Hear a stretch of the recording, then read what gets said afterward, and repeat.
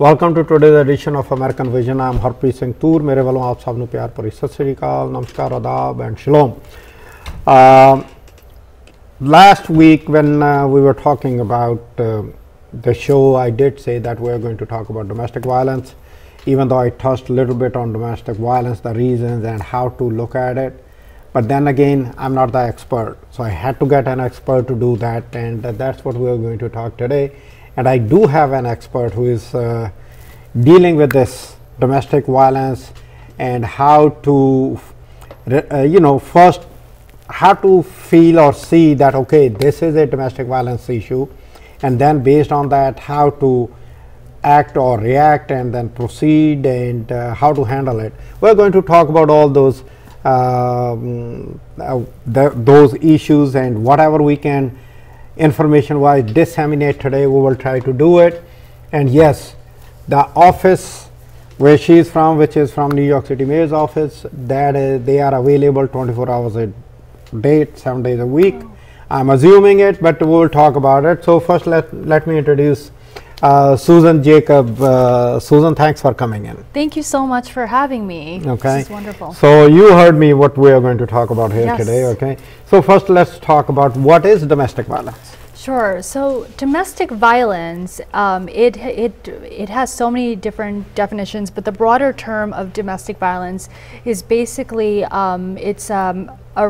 pattern of abusive behaviors to gain power and control over another person. So specifically intimate partner violence with the Family Justice Center, which we will talk about in a little bit. The intimate partner violence is basically anyone who is in married or formerly married, divorced, or even together. In a relationship. Relationship, absolutely. LGBTQ, lesbian, gay, bisexual, transgender, queer relationships. So any of these can come under the umbrella of intimate partner violence, and I know we're gonna talk a little bit more about it. Yeah. And you got married or you have the partner, you start living your life. Yeah. And at what see the arguments do happen within any family. Okay.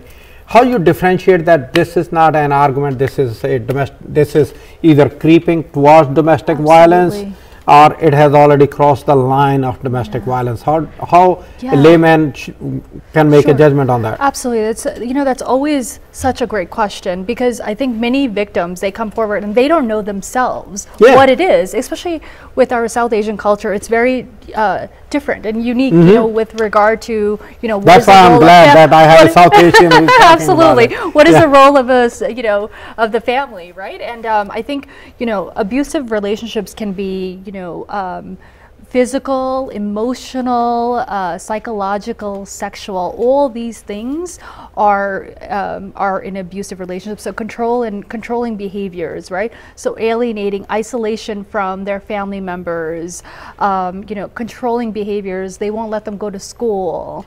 All those things. Even something as putting down someone, victims ask me all the time, well, he puts me down, and I feel scared, but he hasn't hit me yet. But I'm terrified, that he's going to criticize me, belittle me, I don't cook well enough, I'm not keeping the children quiet, all those things where when you say, put you down. See, one of the reasons I'm asking you these questions, I may understand it, but the people may not. Absolutely, absolutely. When you say put me down, what exactly, for an example, will be like, okay, he's trying to put me down? Absolutely. So, for example, in front of friends or family members, that she's stupid, she's dumb, she doesn't know what she's doing, she doesn't take care of the children well, constantly talking about all this. Or she's scared when he comes home, for example, she's cooking for him to make everything so perfect. He comes home and she's so scared that something is going to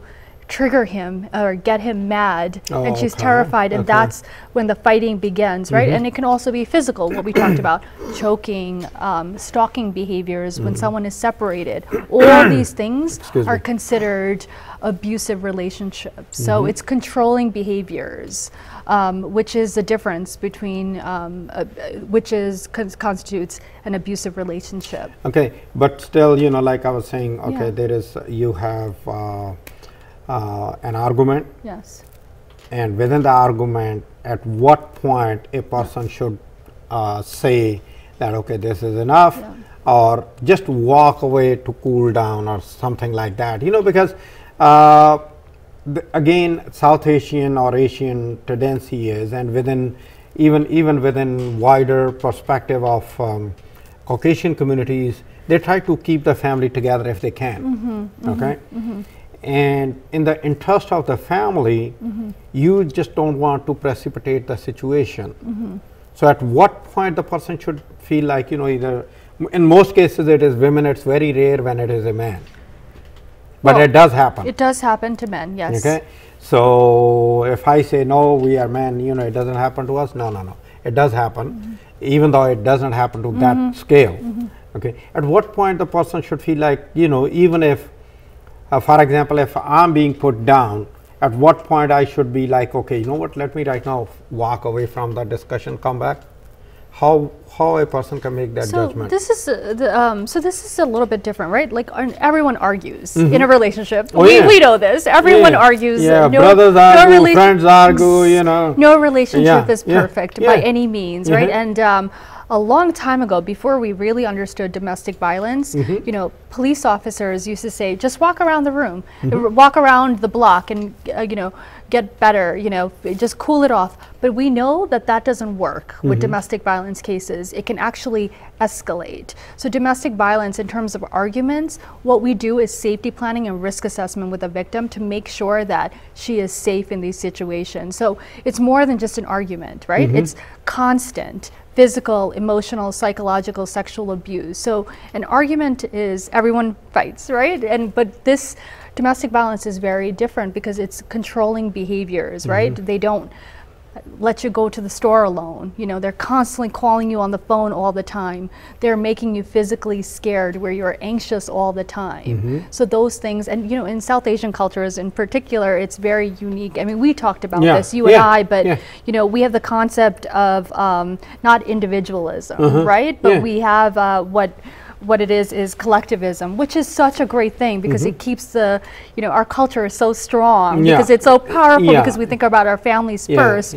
But it's really, really challenging because in domestic violence situations, in South Asian culture in particular, it can be so challenging because many times, you know, it's the mother-in-law, in-laws, father-in-law who are also abusing the victim. And, you know, the worst thing with South Asian, you know, for South Asians that I've heard with their victims is, you know, my own family is siding with the abuser, you know, or the husband or whatever it may be. So it can be very alienating. It's very interesting that you brought in the in-laws in there. Okay, and domestic violence, is it just your partner or your husband, or in-laws can also be part of that wider domestic violence? Absolutely, absolutely. In South Asian culture in particular, we know that, you know, many times, you know, this is like a broader. Sasuma, Sora. We know this. So many times it's you know, the in-laws that, you know, many times it's even, you know, where the husband is sort of staying back and it's the mother-in-law who's actually abusing the victim, you know, and so forth. So it can be very, very complicated, right? Okay. That's why even if the husband is not saying anything. Yes. Okay.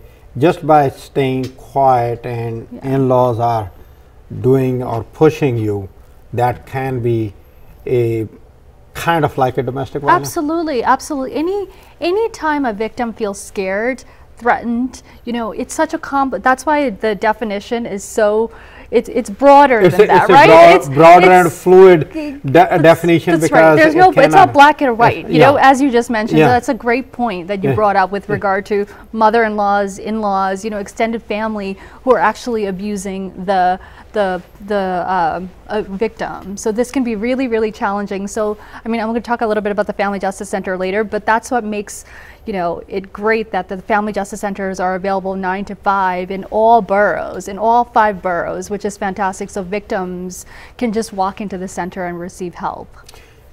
That's when we talk about that, I'm going to have a question on that also. Absolutely. Because, you know, if it is a domestic violence situation and if you are stepping out to go to, you know, family center, okay?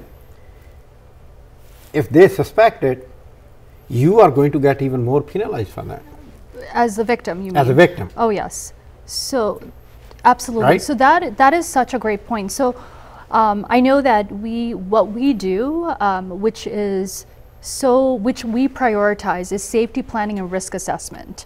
So, and we have people who, we have 20 agencies directly on site, including Sakhi for South Asian women. And I think many people in the South Asian community know for Sakhi. I don't know how many within Punjabi community know about it, but I am aware of Sakhi. Okay, that's wonderful. And there are some other organizations also which I'm aware of. Yeah. But the question is if we are going to talk about it, because what is happening is you go to India, okay, you get the green card here, you go to India, you get married, okay, your wife comes over, all right, or your husband comes over. Number one, they are walking into a totally new environment, okay. Even within India, when you get married, you know, when you walk into your in-laws house, you're walking into a totally unfamiliar territory. And when you come to America, it is a then totally different ball game, okay.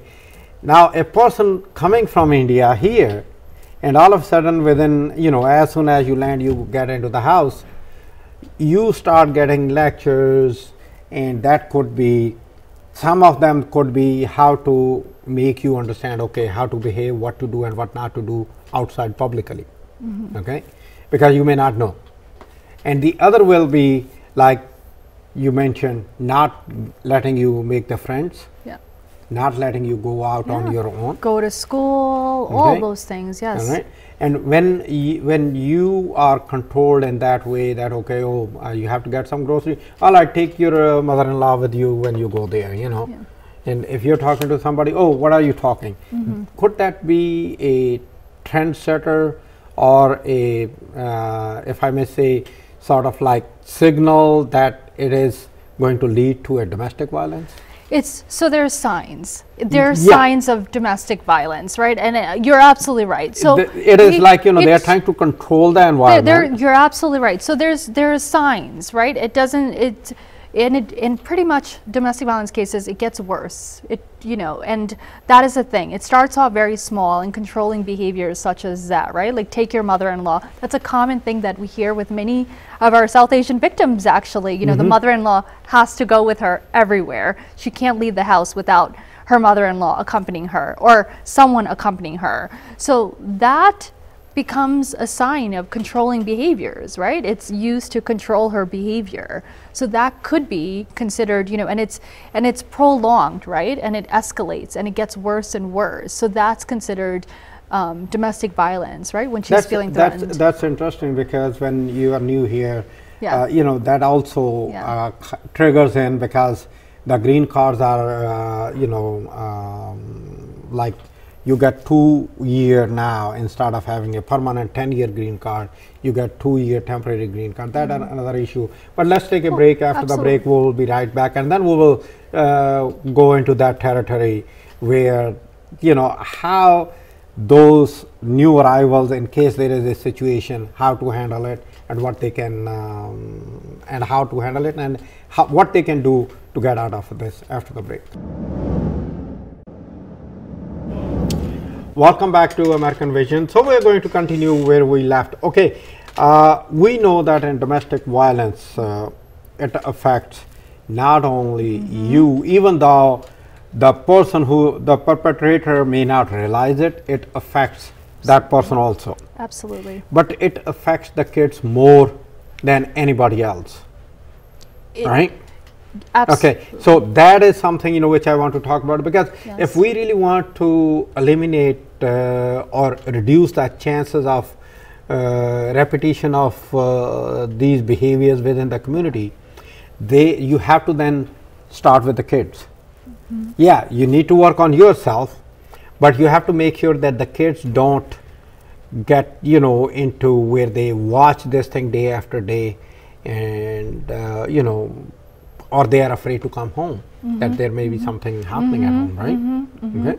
Absolutely. So where within the kids, how at the schools, I don't know if you would know or not, right, they may be able to recognize that, okay, there may be some issues at home. Absolutely. So you know, I can talk about children and domestic violence. Yeah. You know, it's really, you know, many times the parents come in, the moms come in, the victim comes in, and many times she says, you know, she minimizes it. She says, oh, my child doesn't know anything that goes on, but you and I both know. Children are so smart. They know things that we don't want them to know many times, right? So they hear everything, and you know, so, and children, we've seen this. We have a program where for children who witness domestic violence, and I once, you know, had a child. I remember she's a beautiful little 5-year-old girl, and we were sitting there, South Asian family, and I remember we couldn't even speak with the mother because this little girl was punching her mother, because these are things that she saw at home, and it still stays with me because it's very powerful, right? Because this is a child witness of domestic violence, and she's so small, and she's seeing this. So we have a child witness, Sanctuary Families provides children's services on site, so we provide those various different services because we know children who witness domestic violence, they feel tense. You know, they don't do well in school sometimes, the lack of concentration. They feel scared all the time because they think that it's their fault.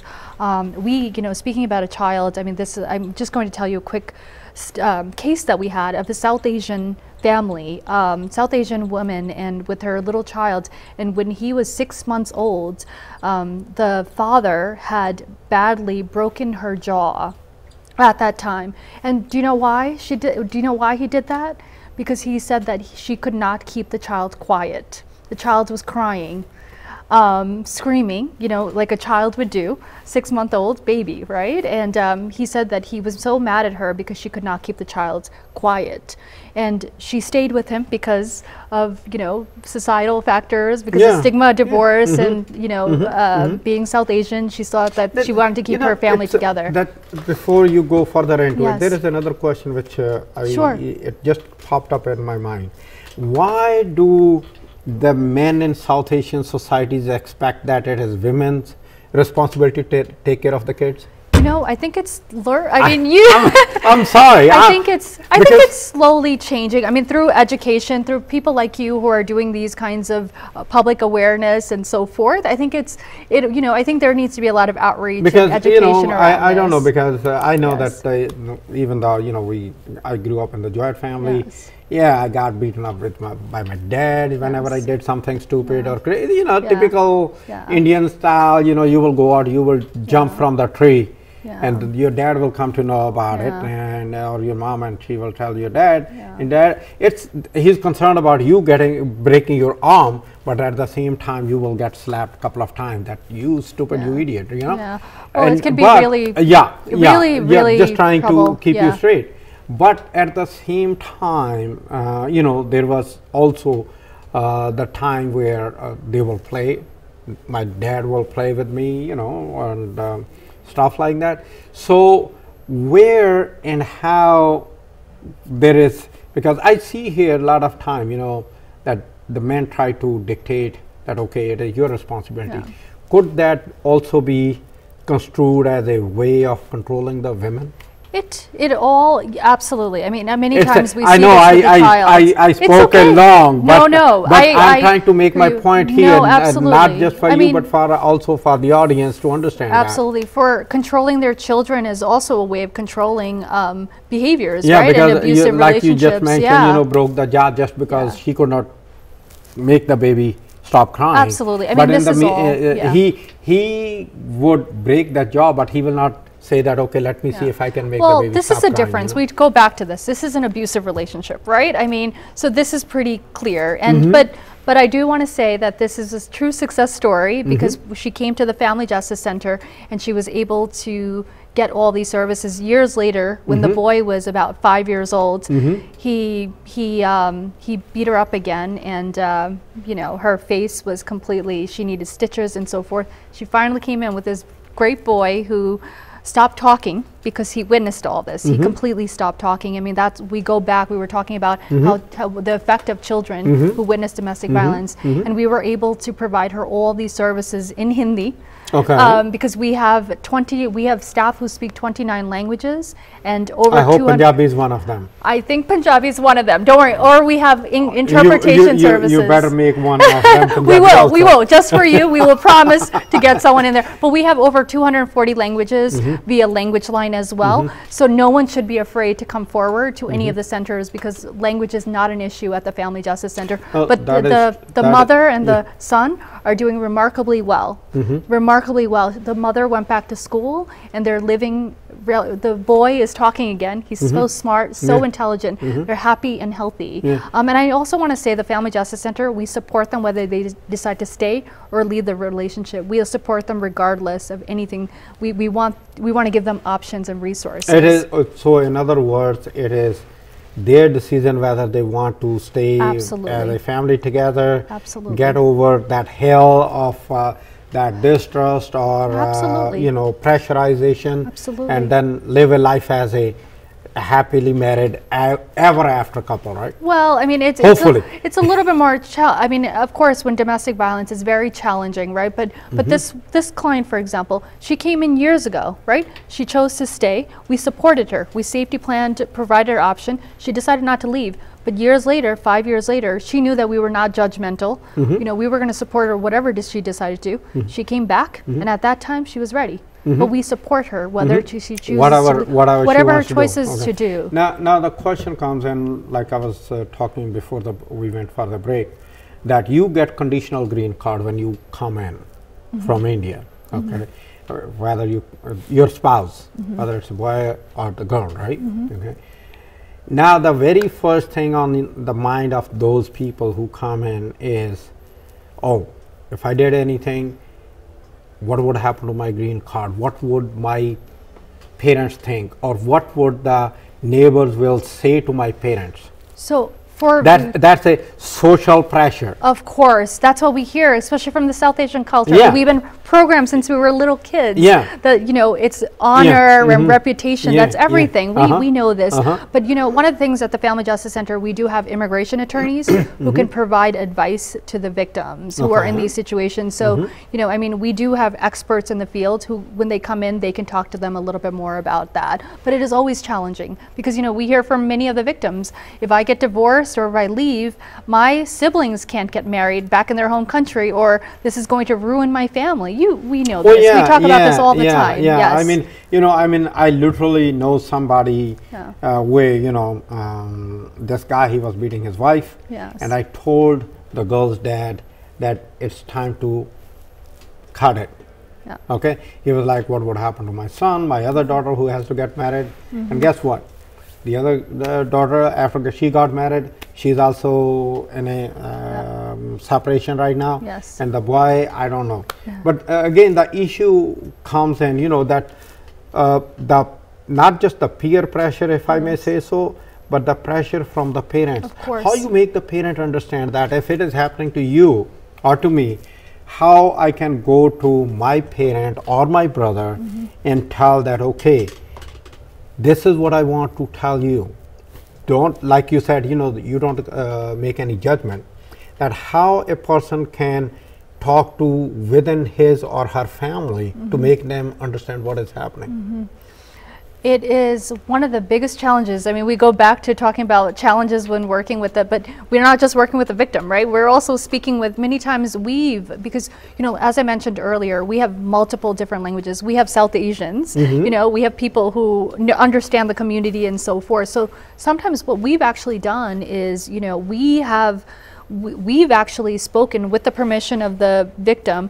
We actually speak all together with her own family if she wants, to make them understand in terms of like what is going on. So and so you forth. Do have that built-in where, okay, she says, okay, I don't know how to speak to my brother or my mom or dad, if you can speak on my behalf, right? With the victim's permission and with the victim being with us, we absolutely can do that. We've done that many, many times to educate them, right? And you know, I think programs like this, what you are doing, you're doing such amazing work in the South Asian community. So, you know, I think with these kinds of events and thanks for buttering me up. Yes, no, but it's true. You know, I think this is what we need to do. The question is, and there is another question comes in, okay, because we are running almost out of time. Confidentiality. Yes. Okay. The lady knows that, okay, this is a domestic violence. He wants to come to you. She needs help. Okay. How the from confidentiality side, how much you try to keep it under the wrap. Absolutely. That how much comfortable they should feel if somebody is coming to you. So I just want to say, I know we only have a few minutes left. Not a few minutes, we have about a minute. Oh, a minute, okay. So everything at the Family Justice Centers are confidential. All information is confidential. Any victim of domestic violence can come into the Family Justice Centers in all 5 boroughs. You can call 311 and get the information about the Family Justice Centers, but any victim can come in anytime from 9 a.m. to 5 p.m. Monday through Friday, regardless of immigration status, socioeconomic status, financial, it doesn't matter. They can walk into the center and receive all the services all under one roof at the Family Justice Center. So any victim should call 311 to find out where the closest Family Justice Center is, and all information is confidential at the Family Justice Center, so they do not need to worry about that. And yes, immigration status doesn't matter. 311, you can tell them that you need a Punjabi speaker, and they do have at 311, no doubt about it. She will check if they have on staff, otherwise she will get one. We have interpretation services. They have, but I want them to have somebody who is directly there. And with that note, today's program, I'm sorry it's coming to a close. Till next time, good night and good luck. Thank you.